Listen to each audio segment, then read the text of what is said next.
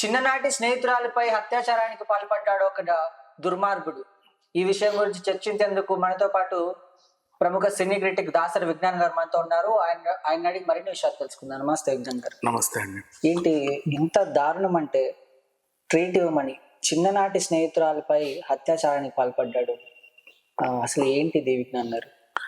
హైదరాబాద్కి చెందిన ఒక యువతి, తన పేరు మనం రివీల్ చేయకూడదు, బాధితురాలు కాబట్టి, 24 years అమ్మాయి. గౌతమ్ రెడ్డి, ఎడ్ల గౌతమ్ రెడ్డి నా పేరు, హయత్ నగర్కి చెందిన ఆయన. చిన్నప్పటి నుంచి క్లాస్మేట్స్, 2nd class నుంచి 10th class వరకు ఈ అమ్మాయితో అతను క్లాస్మేట్. ఆయన ఈ మధ్య కాలంలో BBA కూడా పూర్తి చేసి విదేశాలకు వెళ్ళడానికి ప్లాన్లు పెట్టుకున్నాడు. ఈలోపు ఈ అమ్మాయికి మంచి సాఫ్ట్వేర్ కంపెనీలో జాబ్ వచ్చింది.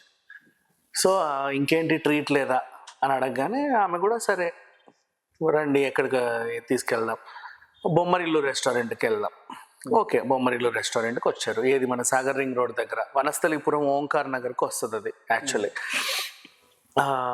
బొమ్మరిల్లు రెస్టారెంట్, అది రెస్టారెంట్ అండ్ బార్ కూడా. మళ్ళీ మనకి ఇప్పుడు సితారా గ్రాండ్ ఉంది కదా, రెస్టారెంట్ కమ్ బార్, అలాగే ఇది బొమ్మరిల్లు కూడా రెస్టారెంట్ అండ్ బార్. ఇంకో అడిషనల్ అడ్వాంటేజ్ ఏంటంటే ఆ బార్ అండ్ రెస్టారెంట్ పైన రూమ్స్ కూడా ఉన్నాయి మళ్ళీ దాంట్లోనే. సో వీళ్ళు వచ్చారు, మంచిగానే ట్రీట్ ఇచ్చారు. అండ్ అబ్బాయి ఒకడే వచ్చాడు ప్రెసెంట్. ఈ అమ్మాయి కూడా ఏం తీసుకుంటావు అంటే, నేను మందు తాగుతాను. సరే తాగు, ప్రాబ్లం ఏం లేదు, నువ్వు కూడా తాగొచ్చు కదా. లేదు నాకు అలవాట్లేదు. పర్వాలేదు, ఇవాళ రేపు ఏముంది, ఆ లేడీస్కి వోడ్కా బాగుంటుంది, వోడ్కా తాగు. తను కూడా సరే అని తీసుకుంది. స్ప్రైట్ కలిపి వోడ్కా ఇచ్చాడు.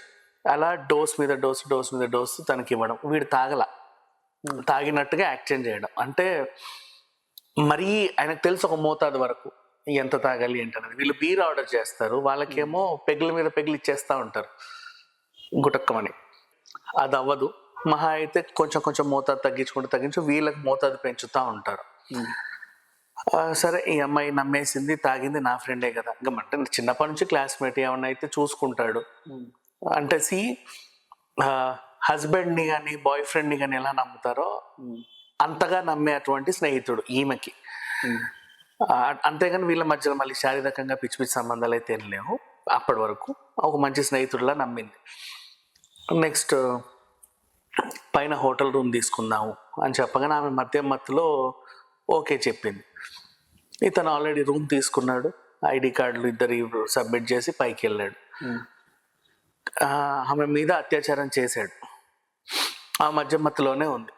సో ఆల్మోస్ట్ పైకి కూడా తీసుకెళ్ళాడు బాటిల్. ఆమెకి ఇంకా ఆల్మోస్ట్ పీకల దాకా మద్యం తాగించి తన అపస్మారక స్థితిలో ఉండగా తన అత్యాచారానికి ఒడిగడ్డాడు.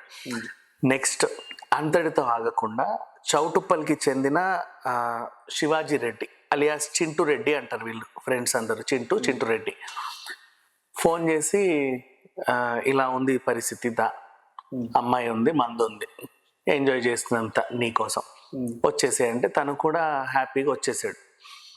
రూమ్కి వచ్చాడు. తను కూడా ఈమె మీద అత్యాచారం చేశాడు.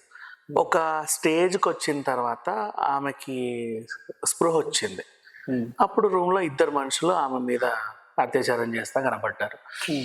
ఆమెకి ఏంటిది అని అరిచేసింది. అంటే నిన్ను నమ్మి నేను వచ్చా, సరే ఏదో మత్తులో చిన్ననాటి స్నేహితుడివి, నువ్వు అడిగావు, కొద్ది గొప్ప ప్రేమో ఫ్రెండ్షిప్ ఏదో ఉంటుంది కాబట్టి నీకు ఓకే చెప్పింది. నువ్వేం చేసావు, అదే అడ్వాంటేజ్గా తీసుకొని నీ ఫ్రెండ్స్ అందరినీ పిలిచి ఆమె మీద అత్యాచారానికి ఒడిగట్టావు. ఆమె లేచి అరుపులు కేకలు, ఎవడీడు, ఎందుకు వచ్చాడు, ఇలా ఎందుకు చేసావు, ఏంటిది అని చెప్పి గట్టిగా అరిచేసరికి ఇద్దరు అక్కడి నుంచి వెళ్ళిపోయారు తలుపేసేసి. నెక్స్ట్ ఈమె అరుపులు విని హోటల్ సిబ్బంది పైకి వచ్చింది, ఏం జరిగింది అని. అక్కడ హౌస్ కీపింగ్ బాయ్స్ వీళ్ళందరూ అదే ఫ్లోర్లో మూలకి ఒక చిన్న గదిలో ఉంటారు. సో వాళ్ళు రావడంతో విషయం తెలిసింది. ఈమె ఏం చేసింది, తన ఇంకో ఫ్రెండ్కి ఫోన్ చేసి జరిగిందంతా చెప్పింది. పలానా గౌతమ్ గారు ఇలా చేశాడు నన్ను, అండ్ వాళ్ళ ఫ్రెండ్ ఎవరినో చింటూ రెడ్డిని పిలిపించి ఈ విధంగా చేశాడు, దారుణమైన స్థితిలో ఉన్నాను నేను అని చెబితే, ఆ ఫ్రెండ్ ఈ అమ్మాయి వాళ్ళ బ్రదర్ కూడా కాల్ చేసి వాళ్ళు రావడం, ఈమెను తీసుకెళ్ళి పోలీస్ స్టేషన్లో కంప్లైంట్ ఇవ్వడం. అలాగే ఒక ప్రైవేట్ హాస్పిటల్, ఆమెకి బ్లీడింగ్ అయింది విపరీతంగా, ప్రైవేట్ హాస్పిటల్లో చికిత్స చేయించడం జరిగింది. ఇంతవరకు అయితే ఓవరాల్గా స్టోరీ ఇది. సో ఈమె అతన్ని నమ్మి వెళ్ళడం చేసిన తప్పని చెప్పుకోవచ్చు. ఇంకా అంతమించి ఇంకేం చెప్పలేం. వాడు చేయడమే కాకుండా ఇంకో ఫ్రెండ్ని పిలిపించి కూడా అత్యాచారం చేయించడం. అండ్ ఈ అమ్మాయి SC actually. So SC ST atrocity case పెట్టారు ఫస్ట్, తర్వాత అత్యాచారం కేసు. ప్రజెంట్ పోలీసులు అయితే గౌతమ్ రెడ్డిని అయితే పట్టుకున్నారు, రిమాండ్కి తరలించారు వాని కొట్టి. ఇప్పుడు నెక్స్ట్ ఈ చింటూ రెడ్డి మాత్రం అక్కడ లేడు, ఫరారీలో ఉన్నాడు. అతని కోసం గాలిస్తున్నారు శివాజీ రెడ్డి. సో ఇది ఓవరాల్గా జరిగింది. మునగాల శివాజీ రెడ్డి వాడి పూర్తి పేరు. ప్రజెంట్ అయితే దొరకట్లా, ఫరారీలోనే ఉన్నాడు. మేబీ సాయంత్రం వరకు పట్టుకుంటారు, పెద్ద విషయం ఏం కాదు. తప్పు చేసినాడు ఎప్పుడైనా దొరుకుతాడు. అతను ట్రేస్ చేయడం పోలీసులకు ఎంత వెనతో పెట్టిన విద్య అని చెప్పుకోవచ్చు. సో ఇప్పుడు ఈ విషయం తెలిసిన తర్వాత హైదరాబాద్ నగరం ఒకసారిగా ఉలిక్కి పడింది. అప్పుడు ఎప్పుడో అత్యాచారాలు ఓ రేంజ్లో చూసాం, రోడ్డు మీద చూసాము, మనుషుల్ని తగలబెట్టడము చూసాము. మొన్న కూడా ఒక చిన్న పాపని చంపారు మైనర్ వాళ్ళు, ముచ్చుమరిలో జరిగింది ఆంధ్రప్రదేశ్. ఆ సిచ్యువేషన్ చూసాము. ఇప్పుడు ఇది చూడగానే ఏంటిది అని చెప్పేసి నగరం ఒకసారి ఉలిక్కిపడింది. అండ్ ఎక్కువ శాతం ఆ హైత్ నగర్ సైడే జరుగుతూ ఉంటాయి ఇలాంటి క్రమం. అప్పుడెప్పుడో నిహారిక హరిహర వాళ్ళ కేసు చూసాం మనం, అది ముక్కలు ముక్కలుగా నరికి, అదొక హత్య కేసు.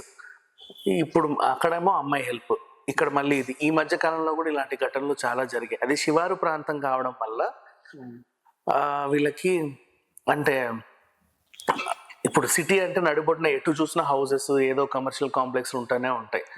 అవి శివారు ప్రాంతాల్లో ఏంటంటే అక్కడో ఇల్లు అక్కడో కాంప్లెక్స్, కొంచెం బేర్ ల్యాండ్స్ ఉండడం వల్ల అటువైపు క్రైమ్ ఎక్కువ జరుగుతుంది. మరి పోలీసులు ఇప్పుడు ప్రెసెంట్ అయితే డీసీపీ ప్రెస్ మీట్ పెట్టి జరిగింది అయితే చెప్పాడు.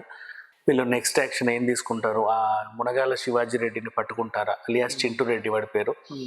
అండ్ వీళ్ళ కేసు ఎంతవరకు ముందుకెళ్ళదు. ఇప్పుడు ఆ అమ్మాయికి అయితే కొత్తగా జాబ్ వచ్చింది, రేపు చేరలేని పరిస్థితి. అంటే ఇంత జరిగింది, పైగా న్యూస్లోకి వచ్చింది, ఆ గురించి 10 మందికి తెలిసిపోయింది.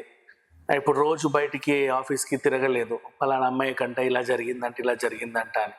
అలా కూడా మానసికంగా కుంగిపోయే పరిస్థితి కూడా ఉంది.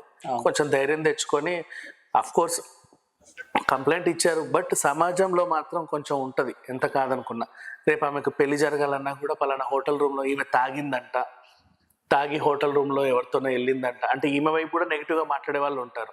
బార్ అండ్ రెస్టారెంట్కి ఎందుకు తీసుకెళ్ళావు నువ్వెందుకు మందు తాగావు, పోనీ వాడు నీకేమన్నా కూల్ డ్రింక్లో మొత్తం మంది కల్పించాడు అంటే అది వేరే వ్యవహారం.